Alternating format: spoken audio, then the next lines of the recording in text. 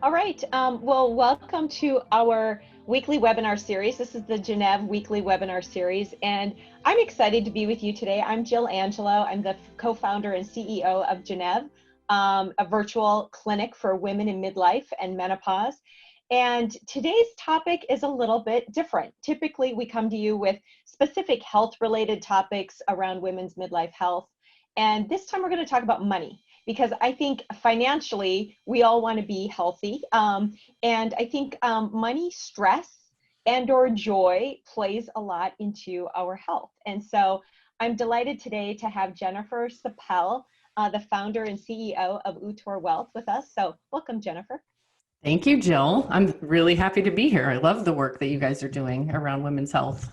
Thank you. Well, I think more and more health and wealth, especially as we go into our second half of life, they kind of start to merge as topics. And Mhm. because you're caring about both, and you also start to become more intentional about it as a woman and as a man. And this is such a huge topic. So a couple of housekeeping items before we jump into the real crux of all of our information today, or the meat of the topic, is what I was going to say. First and foremost, we're Gennev, online clinic for women in menopause. Check us out if you haven't used our telehealth services, health and wellness products for your symptom relief, and or just the education and community, which is what we're doing here. And throughout this webinar, we will take questions. So if you're joining us on Zoom on the webinar itself, please go ahead and submit them via the chat or the Q&A feature. And if you're joining us on Facebook Live, just put them right in the Facebook Live, and we'll make sure to get your questions answered. I've got those coming in to us today. So again, I am here with Jenifer Sapel, the founder and CEO of Utor Wealth. She has really dedicated her background in wealth management to now helping, specifically, I think mostly women, manage our wealth in the second half of life. So Jenifer, tell us a little bit about Utor and what led you to do what you're doing. Happy to. Yeah, thank you. So I've been a financial advisor for 16 years now. And it wasn't until maybe 3 or 4 years ago where I really started to embrace that being a woman is different. And it's different in every aspect, and it's different financially. So it's just been in the last 3 or 4 years where I've really focused in on being a woman. And I'm a new mother. I have a 2-year-old and a 4-month-old. And so that adds a whole nother kind of layer of complexity. And so I founded Utor after 14 years of being in the business with a big company, founded Utor. And Utor is literally Latin for enjoy. And so much of the conversation around money, and I think so much of our anxiety around money, is that because it's finite and because it's measurable, because it's quantitative, because we can actually keep score with it, there's this desire or this kind of pressure to feel like there's something that's right or wrong. There's a right or wrong answer. And that's not really the case. So that's kind of led this shift for me. We are a comprehensive financial planning firm. So what that means is when we engage with a client, our objective is to help them be financially organized and give them a framework for financial decisions and give them advice for financial decisions. We also offer services with investment management and then some insurance brokering, so life insurance, long-term care, disability insurance. But the overall objective is to help people use money as a tool in their life to live the life that they enjoy. And all of us define that a little bit differently. Yeah.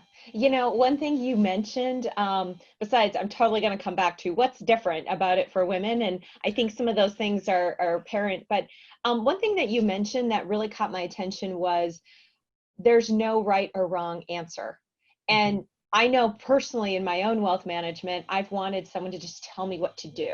I want the right or wrong answer versus, well, what kind of life do you want to lead? And we don't really think about that. Like, how do you pull that out of people, or how do you address the people who just want guidance or want an answer? They want to be told what to do. Well, there's a couple things there. Again, if you frame money as a tool, it's a tool in your life. So you are the user of the tool. So think about any other tool you have, right? And your toothbrush is a tool. At some point in your life, it was awkward learning how to use a toothbrush, right? But you're the one who, you learned how to do it. You got through that awkward phase, and you're the one who decides ultimately, like, well, am I going to brush right when I get up? Or, like, you decide how you're going to fit it into your overall life. Same with any other kind of tool, right? Like your car is a tool.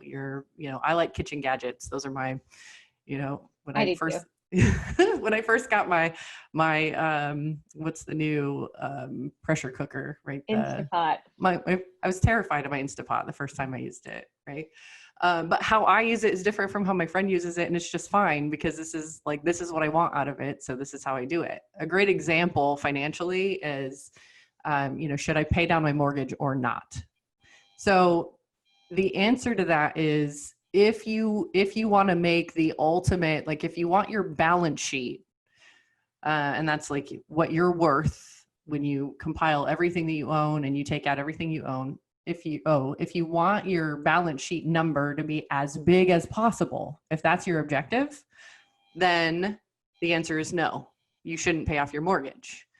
But if your objective is, I want to just feel better about it at night, I want to just know that my house is paid off and that I don't have a mortgage anymore, and just have that peace of mind and security at night. If that's your objective, then by all means pay off your mortgage. So that's just one of many examples of, like, there isn't really a right answer for anybody. It's what is the right answer for you. Does that answer your question, Jill? Totally. Well, and I think your ability to lead up someone like me down a path of, there's multiple paths, and helping me understand how to think about the paths is just really valuable, because that certainly doesn't come to me intuitively.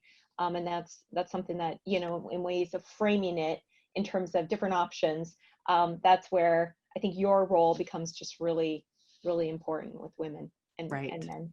Well, let's get back to that point around, it's just different. It's different for women. Share a little bit more about what you mean there. So like, financial principles are the same, but how we experience our lives are different. So the oversimplified answer to our finance is different for men than they are for women, particularly around retirement, is that for most women, we arrive at retirement with less money and we live longer. So those are two huge differences, and have huge financial implications for, what options are available to you and what kind of lifestyle do you want to live. Of course, we get to retirement with less money for many reasons, but the wage gap is one of them. It's often women who are taking career pauses for unpaid work. So if they're caregiving for children or for aging parents or for anybody else, there's we don't necessarily negotiate or ask for more raises. So those are all contributing factors to arriving at retirement, along with a lot more. We don't need to talk about all of them today. We could do that. We could have a whole separate webcast just on that. But then living longer, and as we sit here today, our life expectancy is 2.5 years longer than men.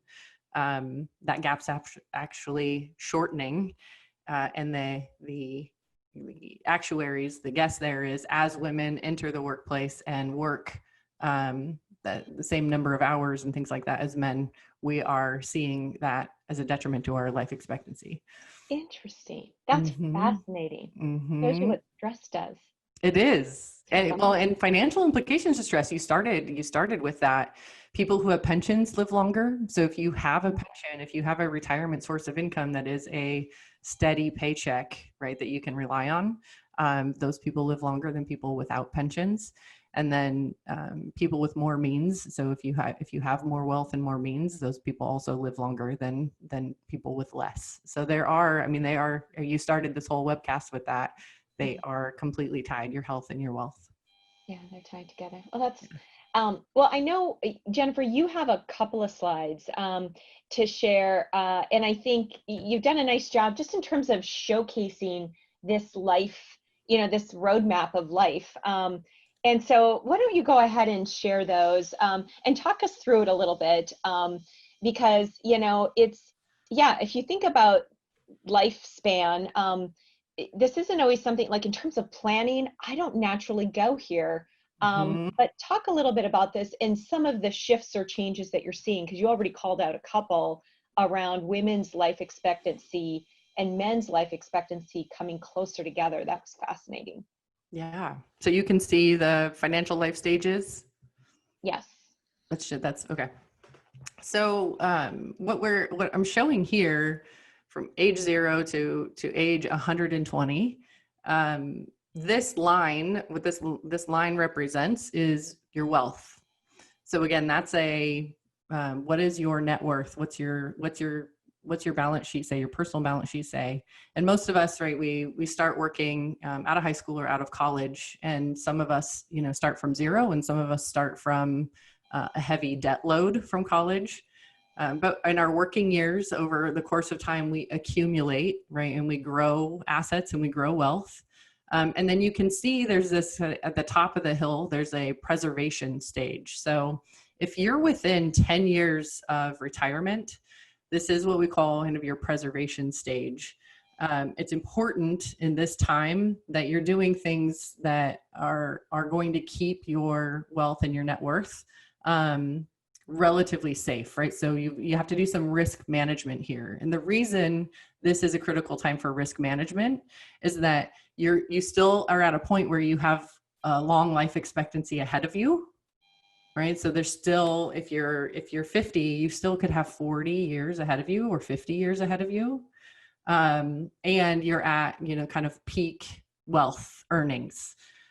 So this is a time to think about preservation. I think, with the work you guys are doing, right, your body changes, and your health and wellness leading up to this time and what it looks like after this time are very different. Same is true for your financial life. There's two major phases in your financial life. One is accumulating wealth, and then the other is at some point using that wealth to replace your income.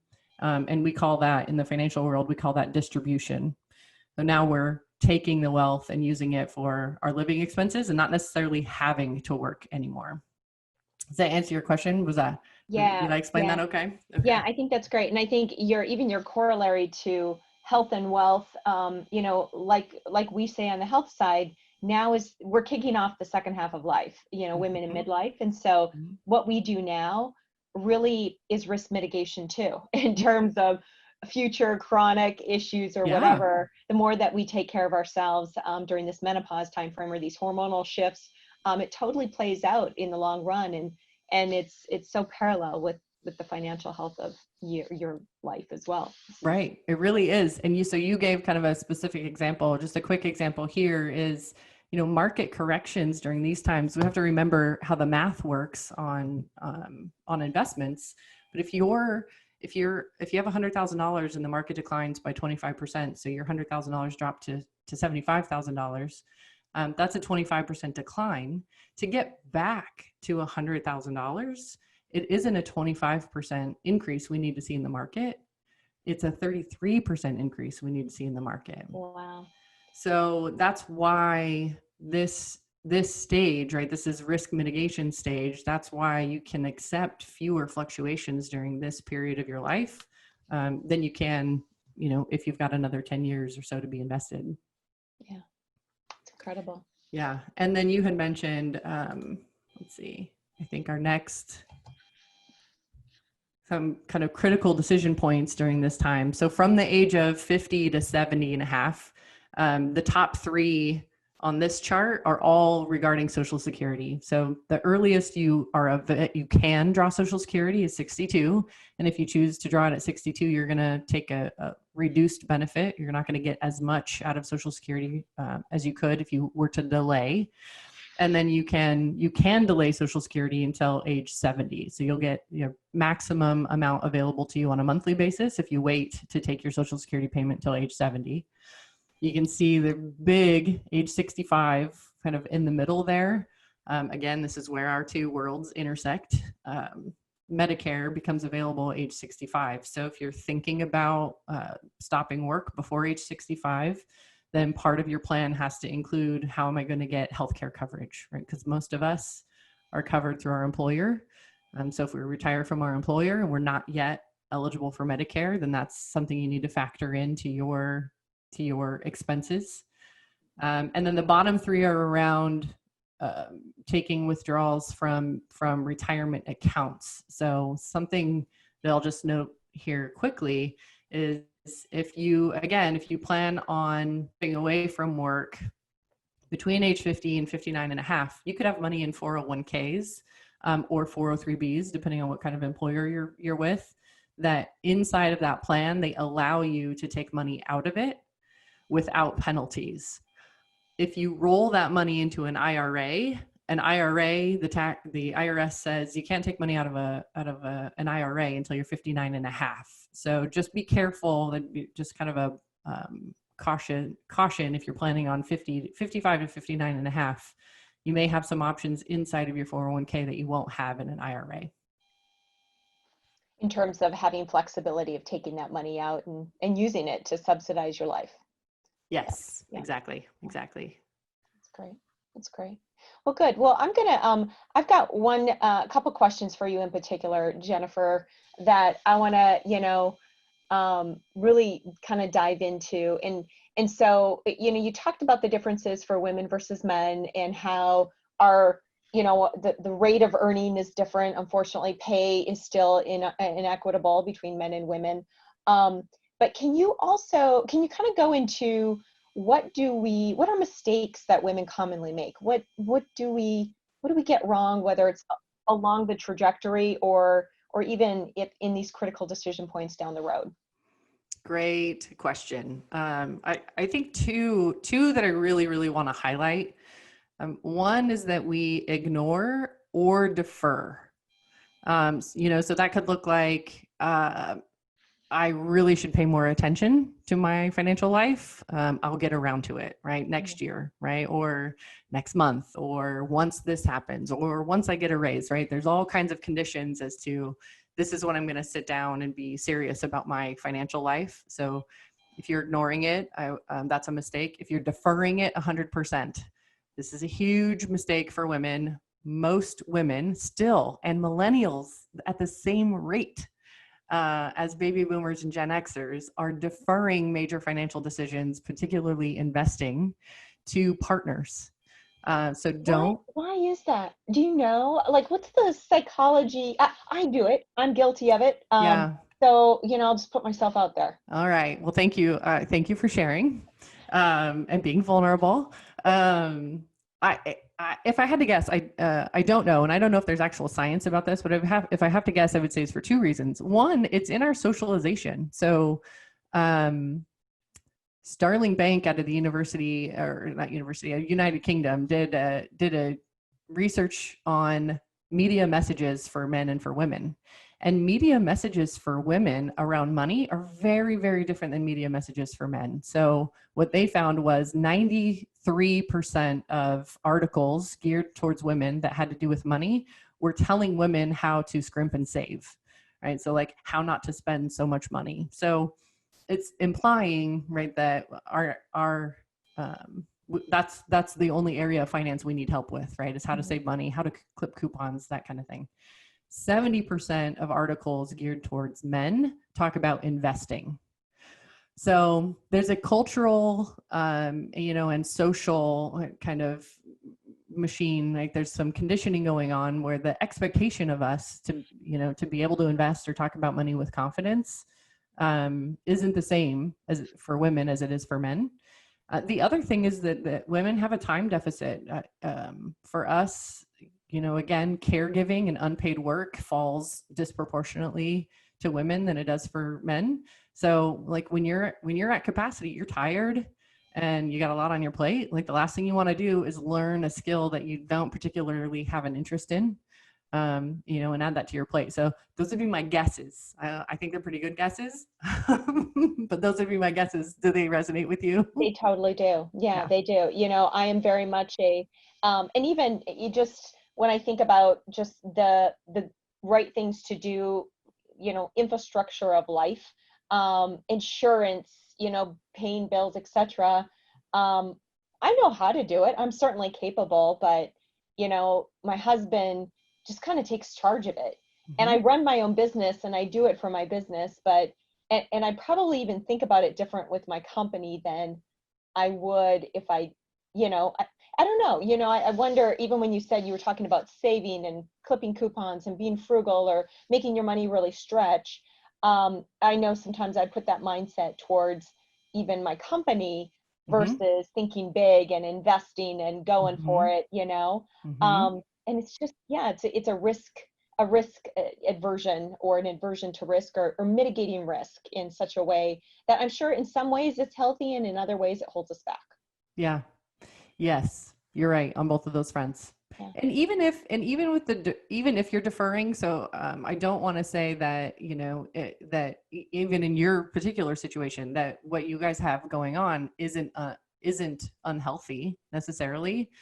Um, we if you're partnered with somebody, you split household chores, right? I mean, some people do yard work and some people don't. Some people do housework, some people don't. So that's perfectly fine. So even if you have a healthy relationship and somebody else is taking care of the financial life, what I will say is it's critical that at least once a year, if not twice a year or once a quarter, it doesn't necessarily have to be any more than that, but at least once a year, you sit down together and audit, right? So that is, where is every account and how is every account invested, and pull a credit report. And I say this because I've seen it personally. 8 out of 10 women at some point will have sole responsibility for their financial life.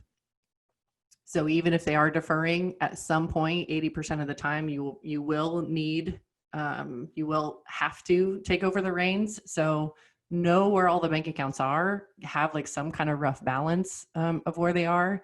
And a too high of a percentage of women are surprised when that happens. So, what I've personally seen are, surprised I didn't know there was a tax lien on the business, right? That is still an obligation that I'm going to have to pay.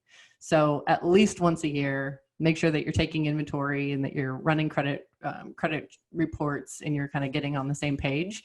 And if for the day-to-day decisions, if you're still dividing the work there, that's okay. That's great. Mhm. Well, why don't you go ahead and take the slide share down, and I'm going to keep diving into some questions here, Jenifer. And if on any of these questions it makes sense to show an image, I know you've got some Mhm. additional visuals. Let's definitely go back. Okay. But one question that came in, or that we wanted to address, was, I don't have $1 million in the bank or my 401k. Will I ever be able to retire comfortably? So let's talk about, if a person has deferred saving kind of altogether, like you talked about, when you hit, like, I think, remember in that bell curve, 50-ish, or, you want to start to preserve your wealth. What if you haven't really Yep. been preserving it?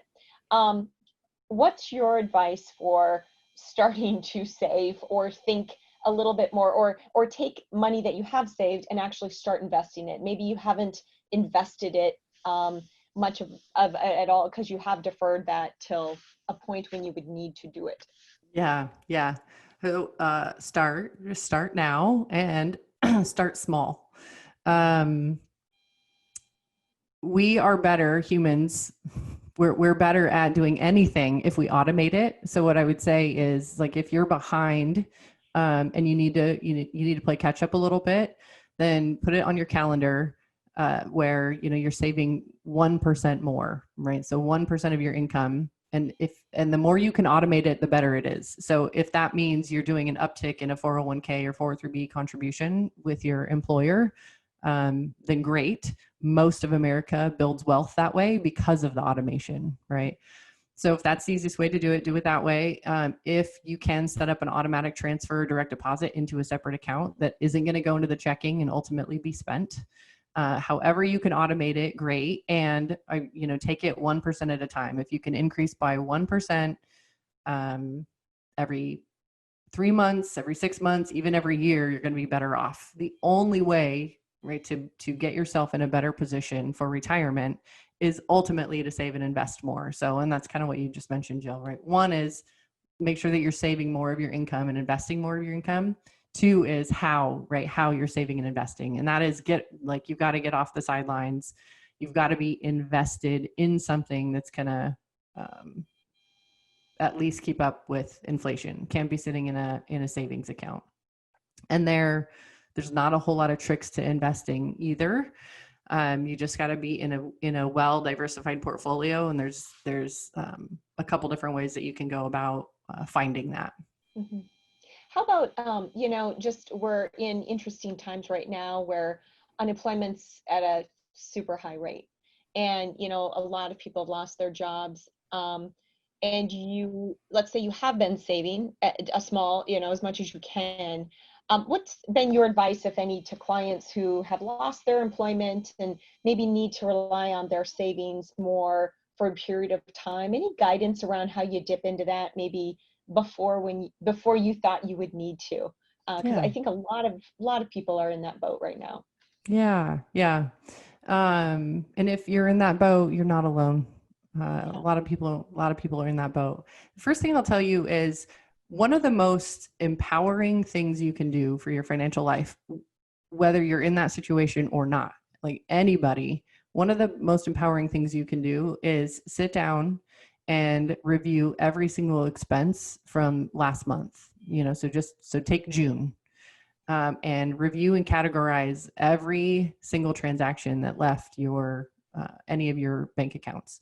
If you haven't done that in a while, you will find subscriptions that you forgot that you were subscribed to. You will find, you're just going to find things that if you haven't been paying attention to it, that are there and available, and relatively easy ways for you to adjust. So that's, number one. A lot of people avoid doing that because they think they have to judge every single transaction, good or bad. Like, oh, I did good here, I did bad here. And I'd say, throw judgment out the window. This is a treat for yourself. This is you empowering yourself and gaining knowledge over your situation. So resist the urge to judge good or bad. Just kind of categorize, just kind of take inventory.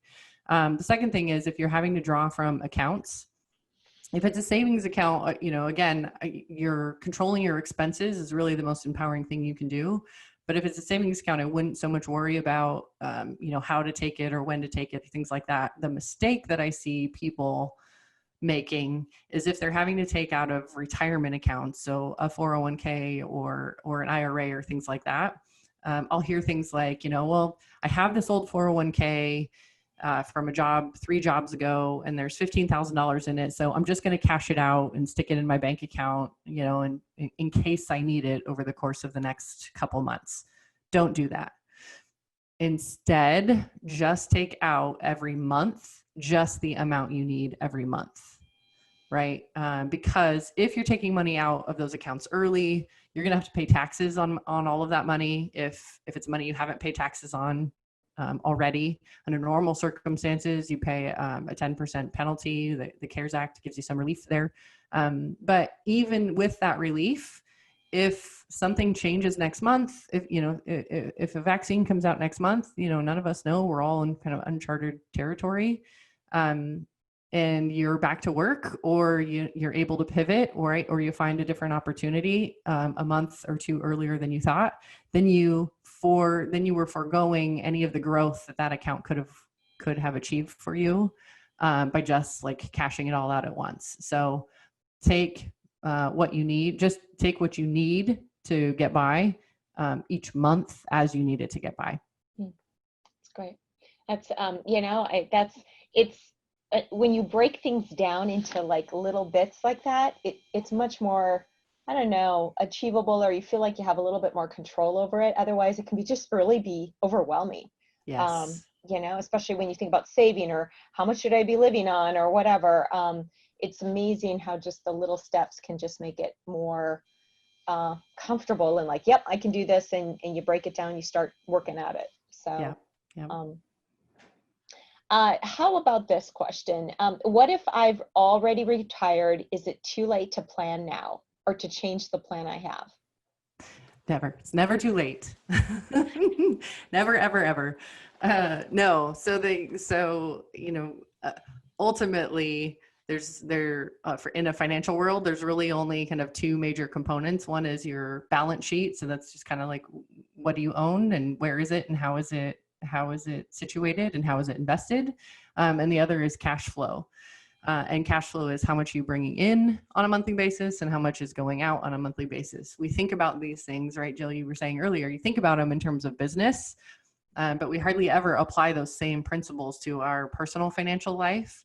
So if you're sitting here retired today, you still have, there's lots of levers that you have. The biggest lever, and again, whether you're retired today or not, but the biggest lever is fortunately something we all can control, and that's how much we're spending on a monthly basis.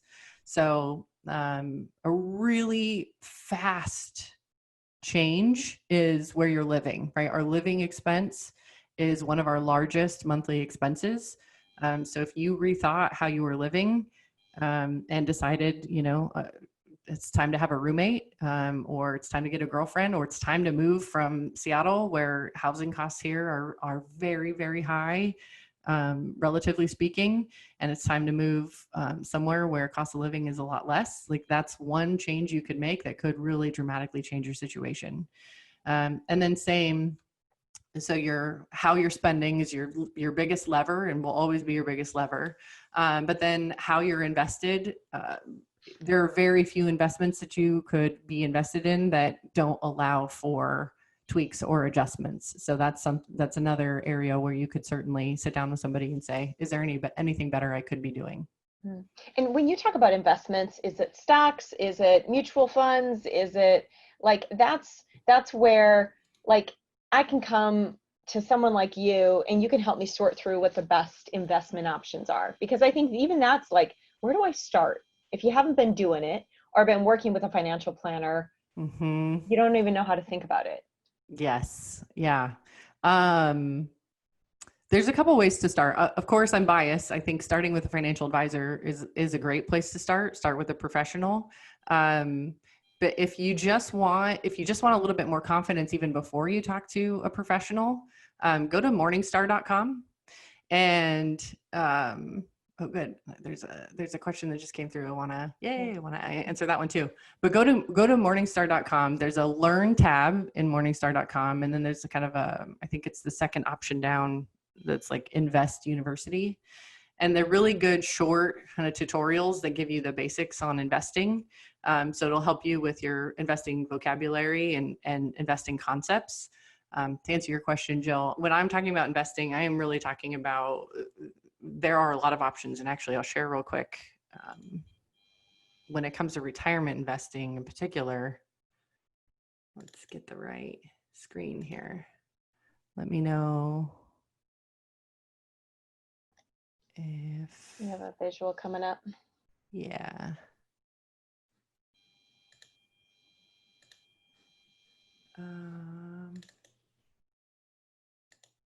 It's coming up.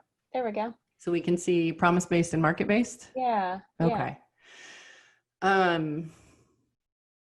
I call this, like in economic terms, these are kind of your macro decisions.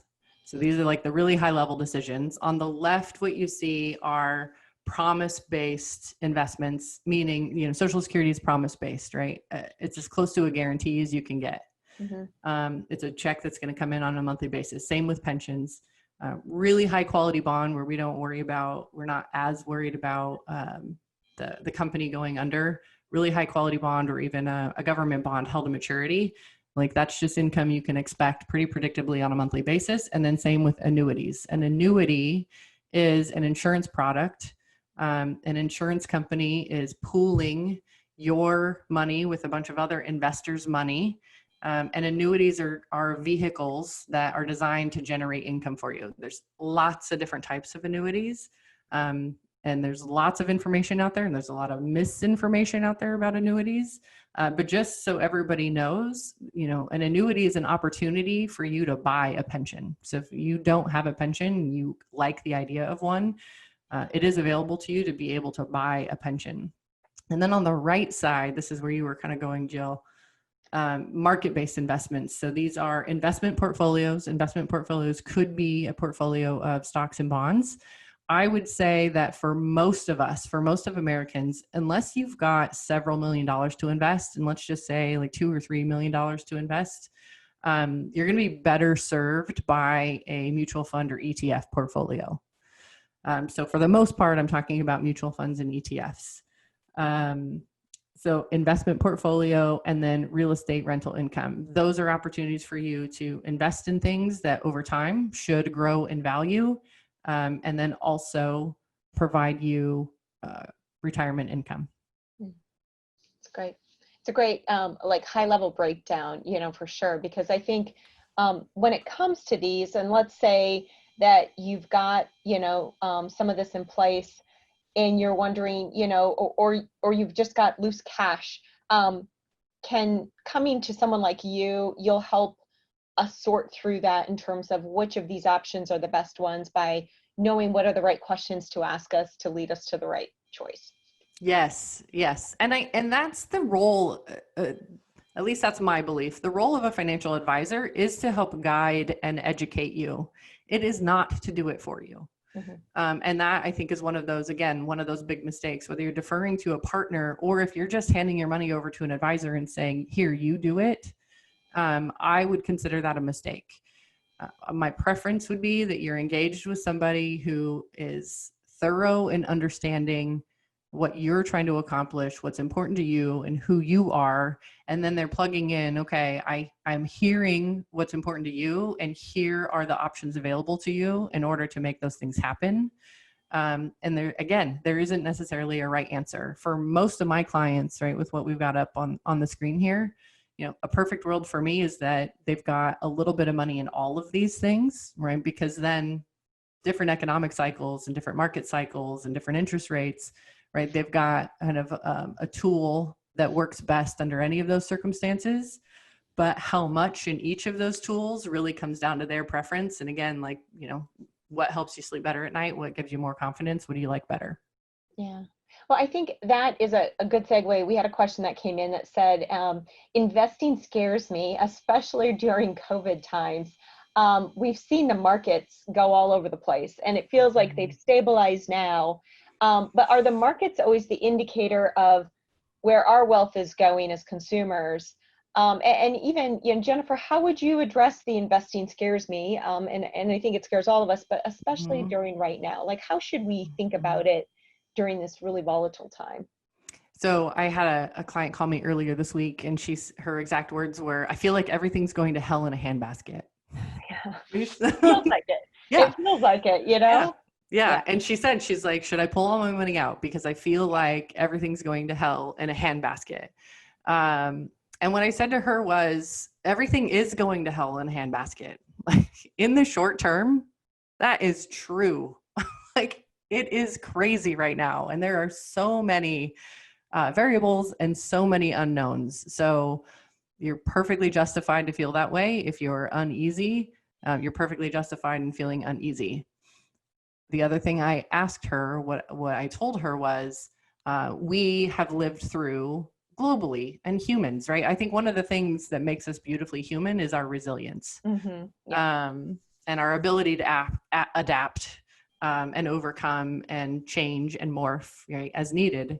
So what isn't unique, while COVID-19 is totally unique, what isn't unique is, we've just in this country lived through a Great Depression, right? And like the middle of the country was a dust bowl.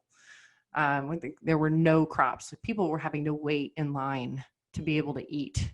Mm-hmm. We've lived through world wars, right? We've lived through Vietnam War. We lived through oil embargo crisis. We lived through the Cuban Missile Crisis. So COVID-19, pandemics historically happen every 100 years, but major crises and major financial crises happen relatively regularly. So what I told her, or what I asked her was, we kind of went through her exact situation and, what do you need and what do you need to feel more comfortable? And she was like, yeah, the money, that she has invested, it's still for retirement. And for her, that's still 10 years or more out. And I said, what has happened historically always is in the short term like this, it sucks and it's volatile. 10 years from now, we're going to look back and say, I'm glad we stuck with the plan. That's what happens historically over and over and over again. Can we say with 100% confidence that that's going to happen again? No.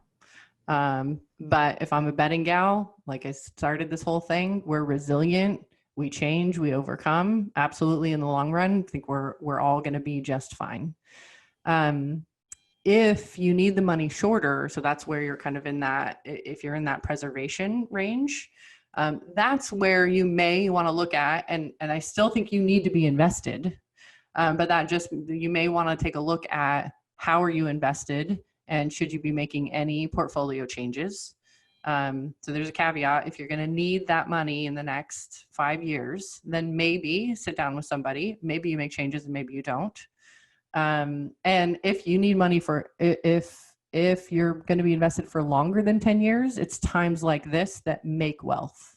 It's times like this where people would generate the most wealth, because they're buying in during volatile times or during times where prices are low, and they're getting the benefit of growth from the bottom of the market. Mm-hmm. Mm-hmm. Yeah.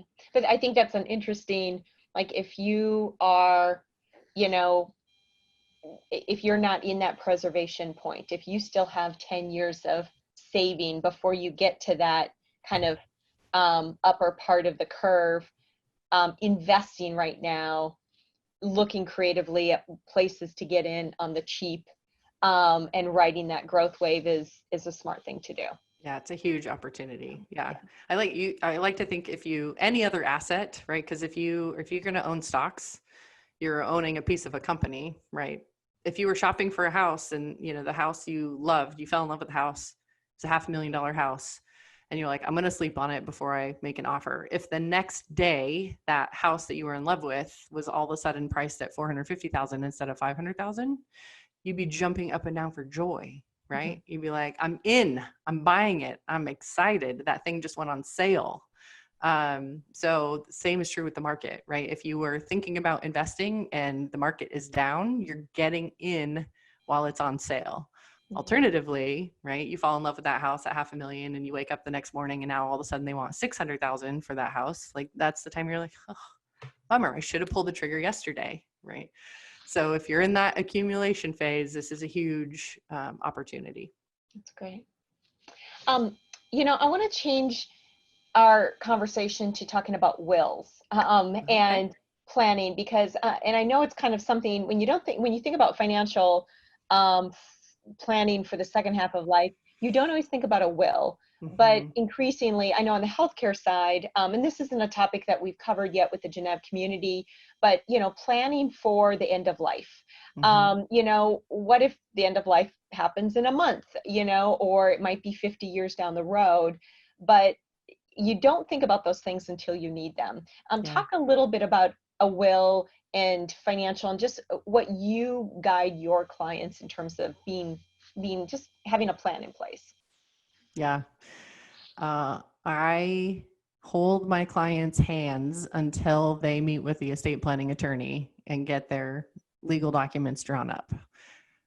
Because there's two realities. Number one is we all die, you know, and it culturally, we don't talk about it. We like to pretend like it doesn't happen, or that it doesn't exist. We're a little bit in denial about it. But just like we all, we have kind of a birth story, we're all going to have a death story. So 50% of your audience listening right now doesn't have any estate planning documents. It's kind of the general statistic. So let's just face it head on, like it's going to happen to all of us. Let's get our legal documents in order. The other thing I'll say is, even if you don't have the legal documents in order, you've got an estate plan that's decided by the state. So, you know, we reside in the state of Washington. So if you die without a will, the state of Washington just gets to decide how your assets will be dispersed. And that's not necessarily the way that you would want that to happen. So that's what those documents will do for you. They allow you to say, when I pass away, this is where I want my assets to go and who I want them to go to and under what circumstances. Important for all of us. Critically important if you have minor children. Again, you don't want the state of Washington to decide who is going to take care of your minor children. And then a basic estate planning documents are a will, a durable power of attorney, so a financial power of attorney. So this is if you're in the hospital and you can't make decisions, you know, COVID has a lot of people on respirators. If you are unable to make financial decisions, who's going to be paying those bills on your behalf? Who's going to go into those accounts? If they're not on your account, then they're not going to be able to access any of your funds. So have a financial power of attorney, and then have a healthcare power of attorney. So again, who's going to make healthcare decisions on your behalf? And the rest of advice I have around that, I would just say, talk to an estate planning attorney. That's my ultimate advice. It's one of those things that hangs out on your to-do list for a really long time. And once you actually do it, it's kind of like at least for me, it's kind of like the workout, like, oh, I really should work out. And leading up to it, I'm like, I really don't want to. And then once I do it, I'm like, yes, it was amazing. It felt so good. Great. Yes. To have it checked off and even just to have that certainty, because it's not fun to think about. But to have that peace of mind that it's in place should something happen.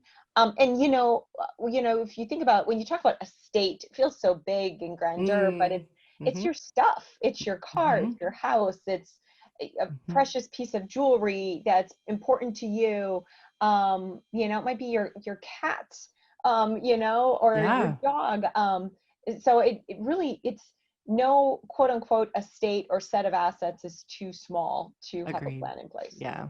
Yes. Thank you for adding that. I agree. That's totally important. I actually just had this conversation with my father and stepmother 2 weeks ago, and reminding them they need to update their documents. And I'm like, what if something happens to dad's social security payment, right? And he's in the hospital, and you've got to call them and you've got to say, hey, you've, screwed up this payment. They're not going to talk to you without power of attorney. And she's like, oh, right. Okay. Yeah. Put that back on the list. Yeah. Yeah. How about, what would you advise women who don't have a financial planner? How would you coach them to do their homework and find the right one for them? A financial planner? Anytime you're going to talk to a trusted person, I think the best way for you to find a trusted individual is with your network, through your network. So, who are you guys using and who do you love and why do you love them? I also think it's critical that you interview a few, and more so now than ever before, because the financial planning industry is relatively new. It's relatively young, right? In the 70s and 80s, we had bankers and we had stockbrokers and we had insurance agents. We didn't have financial planners. Financial planning is a relatively young profession. So all of us, myself included, we have our own philosophies, we have our own styles, we have our own communication style. We have service offerings that can differ. We can offer different products, and we're going to have different prices. So again, this is one of those questions where I would say there's no right answer. Interview a few, right? Understand what you want to accomplish. This is what I'm looking for. Tell me about your services. Tell me about your fees. Tell me about your approach. What can I expect of you? And then work with the one that you feel most comfortable with. That's great. That's awesome. And what's your style? Educational and consultative. I like to think myself as product agnostic. So I think one of the things in the industry, something that we don't do very well as professionals, is differentiate the difference between financial planning and investment advice, right? So if the only thing somebody is offering you is to manage a portfolio of assets, that's an investment advisor, right? That's not necessarily a comprehensive financial planner. So my role is, how confident and comfortable are you with your overall financial situation? How do you make financial decisions? And educate you on what all of your options are so you can accomplish your goals as effectively and efficiently as possible. That's great.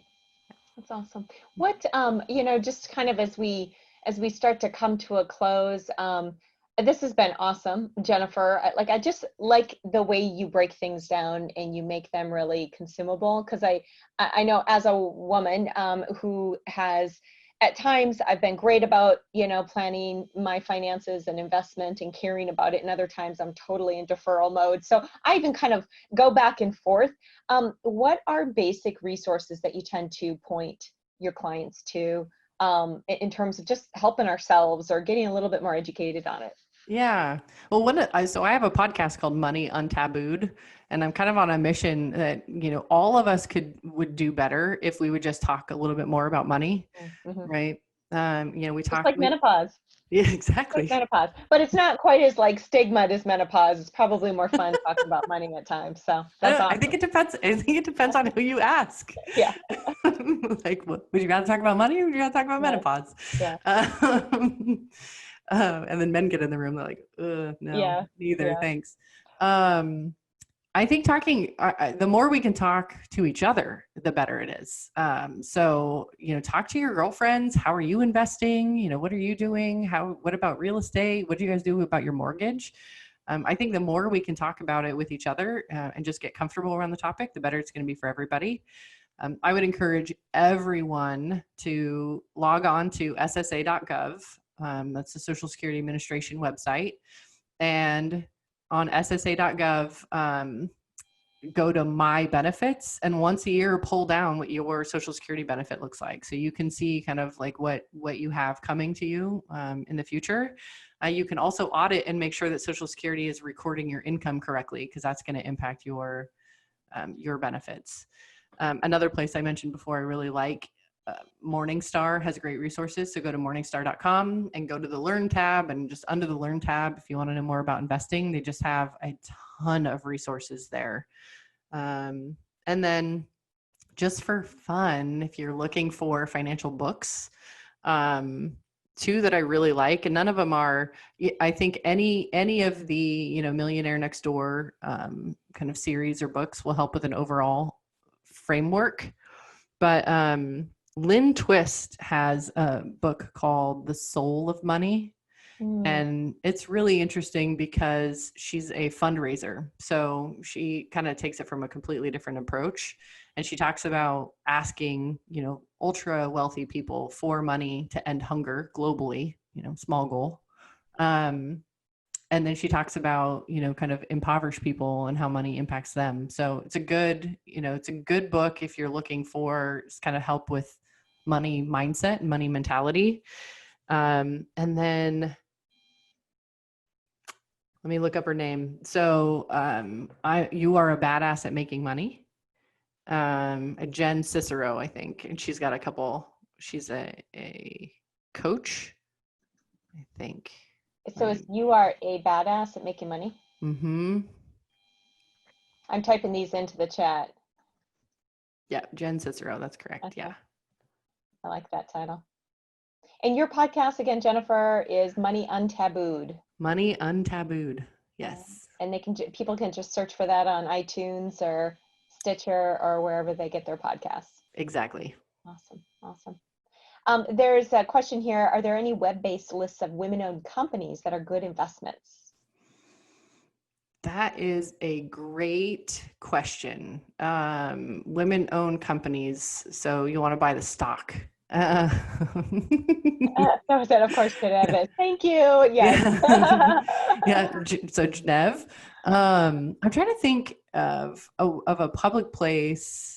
I can't think of something off the top of my head, but if I can find you a resource, Jill, I'll shoot it over to you. Okay. Um, I know that sorry if I interrupted your thought no, there, okay. but one way I've heard, women can support other women businesses, and there's soon a new women's marketplace coming out. I won't say the name yet because it's still a little bit in stealth mode, but it's going to be a place where companies like Utor and Gennev and others, we can be listed so that women can, invest in companies that are led by women that they believe in and do commerce with them, get their services from them, etc. And I think we tend to think about investment in terms of just like giving a check to operate the company, but even bringing business to women-owned businesses is a great way to invest in them, and at the same time get some benefit yourself, whether it's the product or the service. Agreed. Yeah, I think there's a couple in the works here, at least in the Pacific Northwest, looking to build databases like that. You can.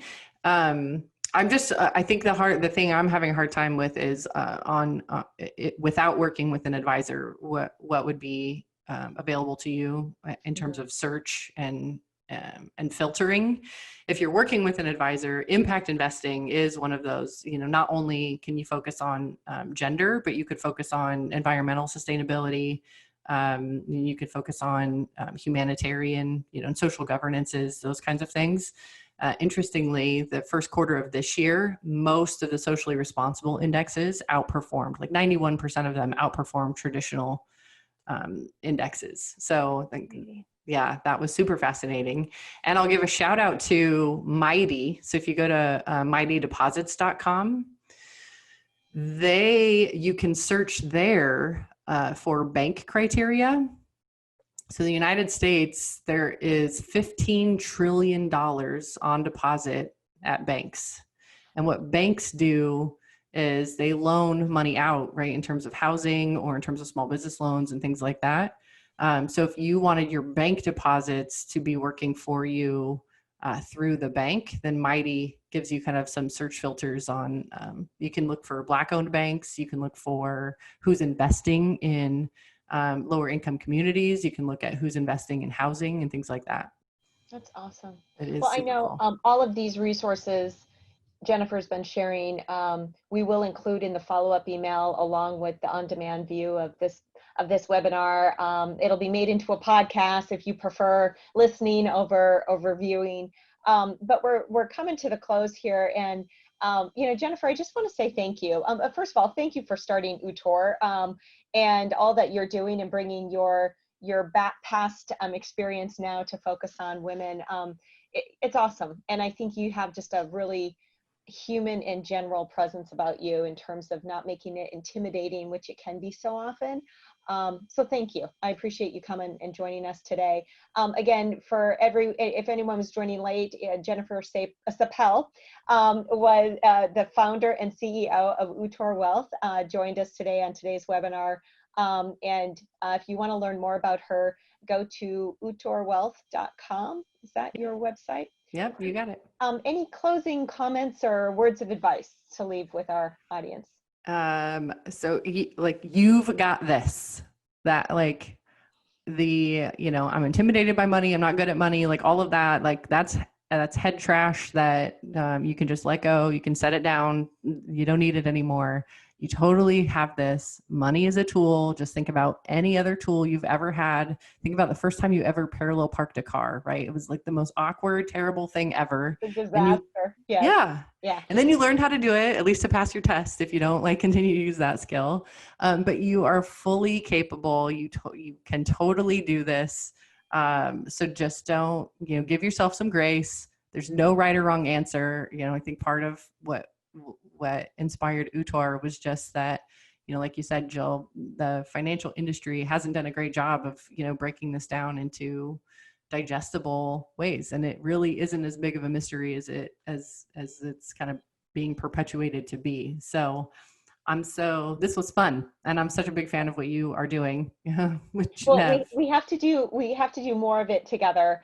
We have comments coming in around this is empowering, and it is. It's the moment to be empowered about managing your money, managing your health, and in times like we're in, any little bit of motivation, it's what will help us weather this storm. So thank you again, Jenifer, for joining us today. We'll keep doing these regularly. I almost think we should do a quarterly financial check-in. I like it. And do this more regularly because it's such a big part of our lives and our health. So, okay. Thank you. Thank you. All right. And thanks to everybody. We'll go ahead and sign off. And again, you'll get the on-demand resources through email in your inbox at some point, either later today, mostly probably tomorrow. So watch for it tomorrow. Thanks again.